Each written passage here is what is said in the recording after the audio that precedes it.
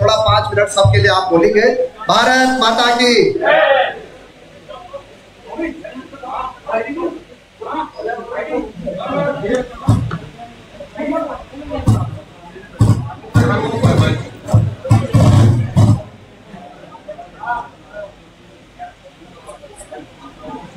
भारत माता की, भारत माता की। निःशुल्क जांच योजना के इस शुभ अवसर पर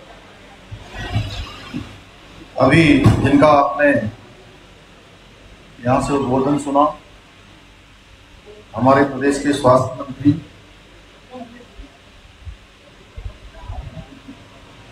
स्वास्थ्य के साथ साथ वो उच्च शिक्षा के मंत्री भी हैं, सहकारिता के मंत्री हैं, प्रोटोकॉल के मंत्री हैं और विभिन्न विभागों में लगातार समन्वय का भी काम करते हैं।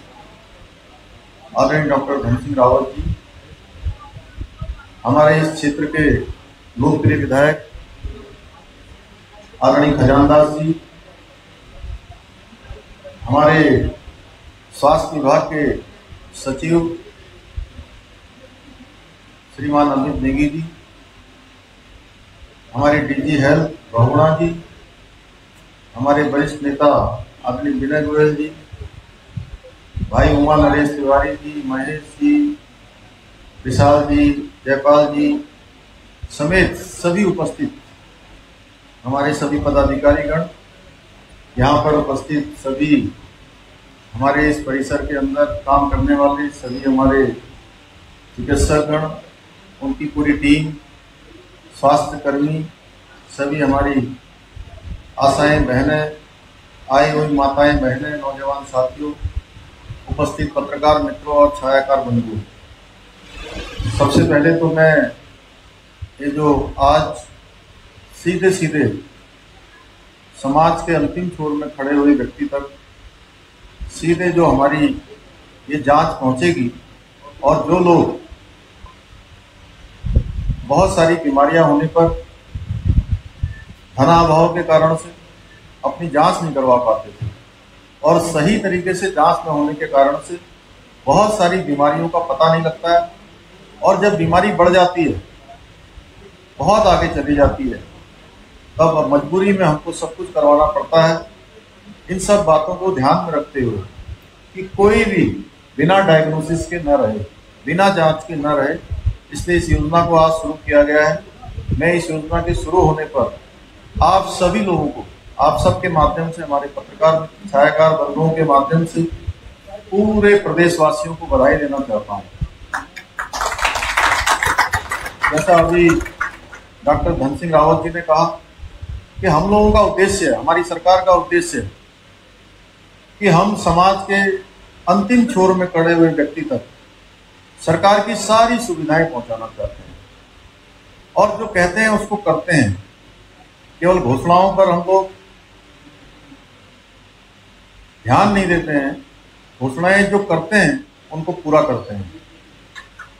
बहुत सारे लोग जो समय समय पर बड़ी बड़ी घोषणाएं करते हैं, हालांकि ये राजनीति का मंच नहीं है, लेकिन फिर भी आप सबके माध्यम से मैं कहना चाहता हूं कि आप देखिए पिछले 7 वर्षों में जो मोदी जी का देश के अंदर कार्यकाल रहा है, उनका मोदी सरकार का पार्ट 1 और मोदी सरकार का पार्ट 2, दोनों ही सरकारों में उत्तराखंड राज्य के लिए जितना काम हुआ है, कोई भी क्षेत्र हम उठा लें, शिक्षा का क्षेत्र हो, चिकित्सा का क्षेत्र हो, परिवहन का क्षेत्र हो, सड़कों का क्षेत्र हो, रेलवे का क्षेत्र हो, बागवानी का क्षेत्र हो, हर क्षेत्र में भूतो न भविष्यति, न पहले कभी हुआ था न कभी ऐसा कोई और कर सकता है।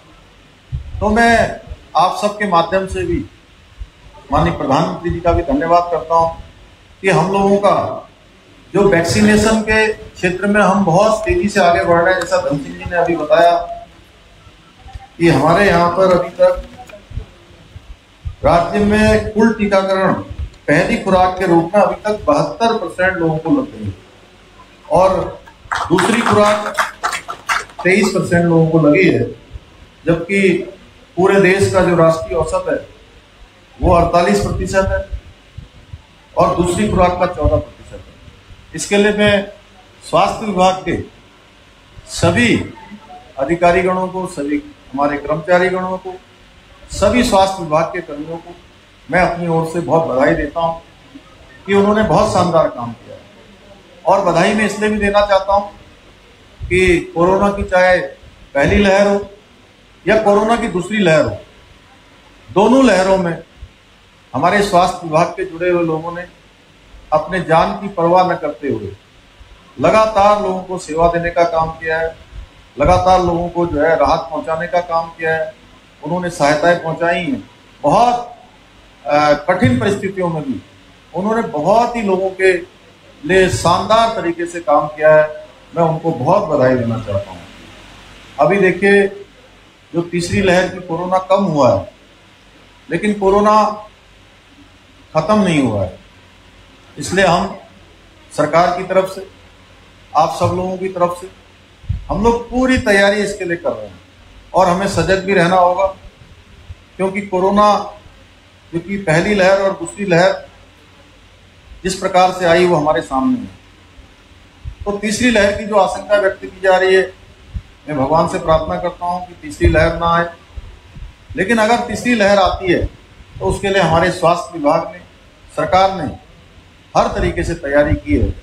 तीसरी लहर में आशंका व्यक्त की जा रही है कि छोटे बच्चों के लिए ये थोड़ा ज़्यादा घातक हो सकती है। उसको लेकर छोटे बच्चों के जो 1 साल से छोटे हैं या 1 साल से बड़े हैं, 5 साल तक के हैं, 10 साल तक के हैं, उनके लिए निकू और पिकू जो बेड होते हैं, आईसीयू, वेंटिलेटर, उन सब की व्यवस्था की है। पूरे प्रदेश भर के अंदर ऑक्सीजन के सिलेंडर, कंसंट्रेटर, आईसीयू बेड और पूरे प्रदेश में जगह जगह पर बहुत बड़ी संख्या में हम लोगों ने ऑक्सीजन के प्लांट लगाने की भी व्यवस्था कर ली है। ऑक्सीजन के प्लांट लग गए हैं। सरकार हर तरीके से तैयार है। मैं देश के यशस्वी प्रधानमंत्री जी का धन्यवाद करना चाहता हूं कि जिस प्रकार से जब कोरोना आया था, जब कोरोना की पहली लहर आई थी, तो देश के अंदर बहुत सारी चीजें नहीं थी। देखिए, बहुत सारे लोग बड़ी बड़ी बातें करते हैं, केवल विरोध के लिए विरोध करते हैं। कुछ लोगों का एजेंडा केवल राजनीतिक होता है, कुछ लोगों का एजेंडा केवल चुनाव होता है। लेकिन हमारे देश के यशस्वी प्रधानमंत्री जी का एजेंडा है सबका साथ, सबका विकास और सबका विश्वास। उसको लेकर वो आगे बढ़ रहे हैं।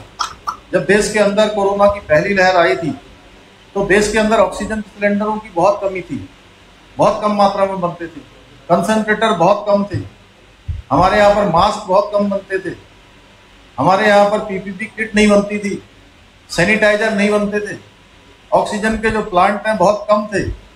आज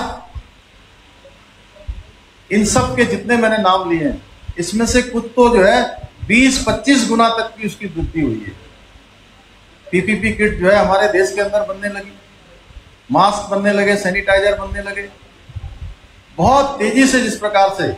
और सबसे बड़ी बात है, जो वैक्सीनेशन का काम चल रहा है, सरकार 600 रुपये की ये वैक्सीन खरीदती है और पूरे देशवासियों को जो है मुफ्त में लगाने का काम आज भारत की सरकार कर रही है। मैं उसके लिए भी मोदी जी को धन्यवाद करता हूँ। हम लोगों ने ये लक्ष्य लिया है कि अगले 4 महीने में पूरी तरह से हम 100% वैक्सीनेशन कर दें और उसके लिए हम चल रहे हैं। अभी पिछले दिनों हम लोगों ने मेगा वैक्सीनेशन एक दिन किया था। उस दिन लगभग 1.5 लाख से भी ज़्यादा लोगों को वैक्सीन लगाई गई है। मैं देश के प्रधानमंत्री जी का धन्यवाद करना चाहता हूं कि उन्होंने हमको इस महीने में 17 लाख वैक्सीनेशन के लिए वैक्सीन यहाँ पर उपलब्ध करवा दी है और आगे चलकर और इसकी संख्या बढ़ने वाली है। बहुत सारे क्षेत्रों में बहुत तेजी से काम हो रहा है। आज के अवसर पर पुनः मैं आप सभी को बहुत बधाई देते हुए कि ये योजना हमारी बिल्कुल नीचे तक जाएगी और जिस प्रकार से आज देश के अंदर जो हमारे आयुष्मान भारत की योजना चल रही है और उत्तराखंड के अंदर अटल आयुष्मान के नाम से इसमें प्रत्येक घर को और प्रत्येक व्यक्ति को आच्छादित किया गया है, उसी प्रकार से इस योजना में भी, निःशुल्क जांच योजना में भी APL, BPL या उससे ऊपर के लोगों को भी, सभी को इसमें आच्छादित किया गया है, सभी को इसका लाभ मिलेगा।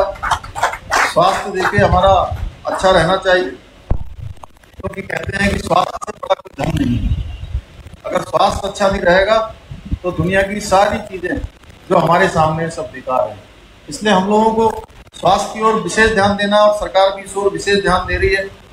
हमारे शास्त्रों में भी कहा गया है, शरीर माध्यम खलु धर्मम साधनम, यानी अर्थात स्वस्थ शरीर से हम अच्छा अपना धर्म निभा सकते हैं, अर्थात कोई भी कार्य हम तभी अच्छी तरह से कर सकते हैं जब हम सब लोग स्वस्थ रहेंगे।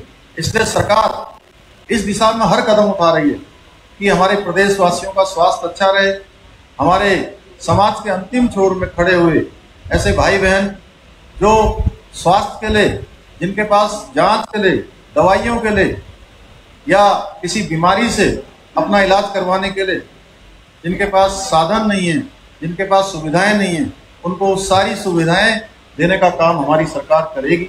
मैं आप सबको पुनः आज के अवसर पर आप सबका धन्यवाद करते हुए, हमारे स्वास्थ्य विभाग के सभी लोगों का, माननीय मंत्री जी का, हमारे स्वास्थ्य विभाग के अधिकारी गणों का, इस परिसर के अंदर जो स्वास्थ्य कर्मी हमारे काम करते हैं, पूरे सभी का मैं धन्यवाद करता हूं। आए हुए लोगों को सबको शुभकामनाएं देते हुए कि ये योजना हमारी जिस उद्देश्य से लागू की गई है उसका लाभ समाज के अंतिम छोर में खड़े हुए व्यक्ति तक पहुंचेगा। आप सबका बहुत बहुत धन्यवाद। जय हिंद, जय भारत, जय उत्तराखंड।